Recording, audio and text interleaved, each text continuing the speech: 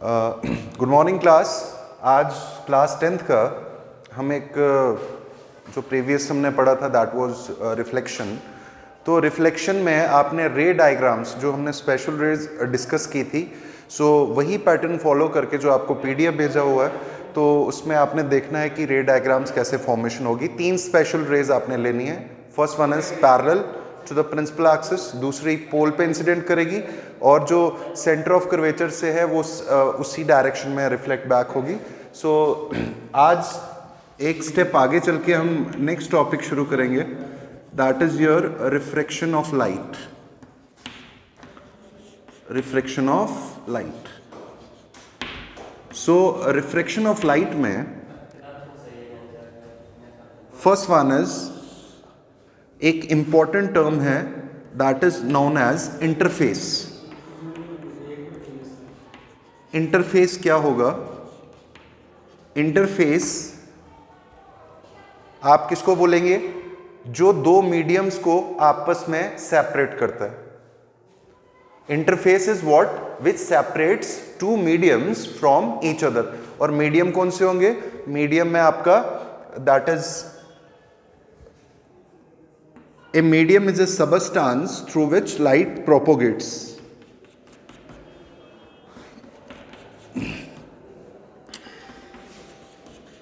Suppose this one is your water or glass ले लेते हैं, ठीक, and this one is air. So we know very well कि air में से भी लाइट ट्रेवल करती है और ग्लास से भी करती है, लेकिन एयर और ग्लास में डिफरेंस क्या है? सो एयर और ग्लास में हम अगर कंपैरिजन करें, सो ग्लास को हम बोल सकते हैं that is your optically denser medium. Denser medium. और एयर को आप बोलोगे ऑप्टिकली रेयरर मीडियम।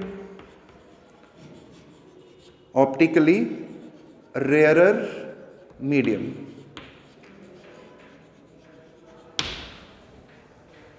अगर एक ही मीडियम है उसको आप ना रेयरर बोलोगे ना डेंसर बोलोगे। तो रेयरर और डेंसर का कंसेप्ट कब आएगा? जब आपके पास दो मीडियम है, दो मीडियम को आप आपस में कंपेयर करोगे और उनकी डेंसिटी देखोगे। जिसकी डेंसिटी ज्यादा होगी वो होगा डेंसर मीडियम, जिसकी डेंसिटी कम होगी वो होगा rarer medium.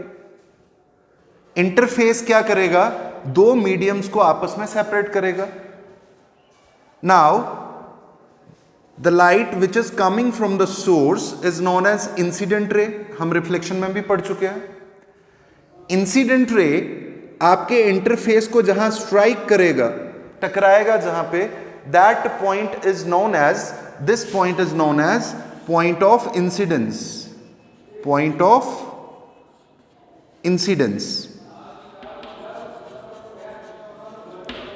Point of incidence पे we will draw the normal. Normal means perpendicular to the interface. Perpendicular means 90 degree का एंगल बना रहा है। कहां? इंटरफेस पे, लेकिन कौन सी जगह पे? At the point of incidence.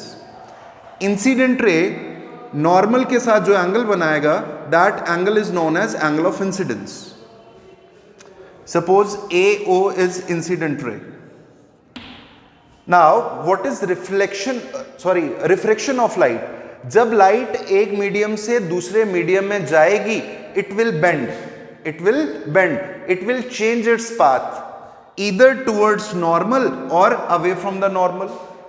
Bend होना मतलब इसकी वेलोसिटी या तो इंक्रीज होगी या तो डिक्रीज होगी। जब भी आपके पास दो मीडियम्स है, लाइट जब एक मीडियम से दूसरे मीडियम में ट्रेवल करेगी तो या तो उसकी वेलोसिटी बढ़ेगी या उसकी वेलोसिटी कम होगी। ओके, नाउ अगर मीडियम सेम होता तो ये बिल्कुल स्ट्रेट लाइन में जाती है आगे। Now this one is your denser medium. तो डेंसर मीडियम में जब लाइट एंटर करेगी रेयरर मीडियम से, it will bend towards normal. Normal की तरफ बेंड हो जाएगी। नॉर्मल की तरफ बेंड होना इट मींस इसकी वेलोसिटी डिक्रीज हुई। And when it is going from denser, मान लो अगर ऊपर वाला ग्लास होता, नीचे वाला एयर होता, तो उस केस में it will bend away from the normal. Second case में जो आपका ये वाला मीडियम है, suppose this is glass, this one is air, तो आपकी इंसिडेंट रे आई ग्लास से, जाना तो इसको बिल्कुल सीधा चाहिए था, लेकिन it will bend away from the normal, it means इसकी वेलोसिटी, इसकी स्पीड इंक्रीज हुई. So what is refraction of light? It is bending of light. Bending of light when it goes from one medium to another medium. ठीक,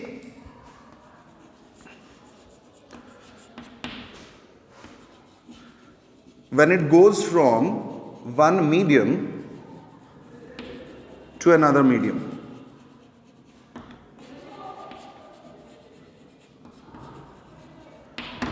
और you can say इसकी दूसरी definition आएगी, it is defined as change in the path of light when it goes from one medium to another medium.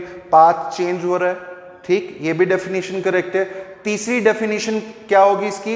It is defined as change in the velocity of light when it goes from one medium to another medium.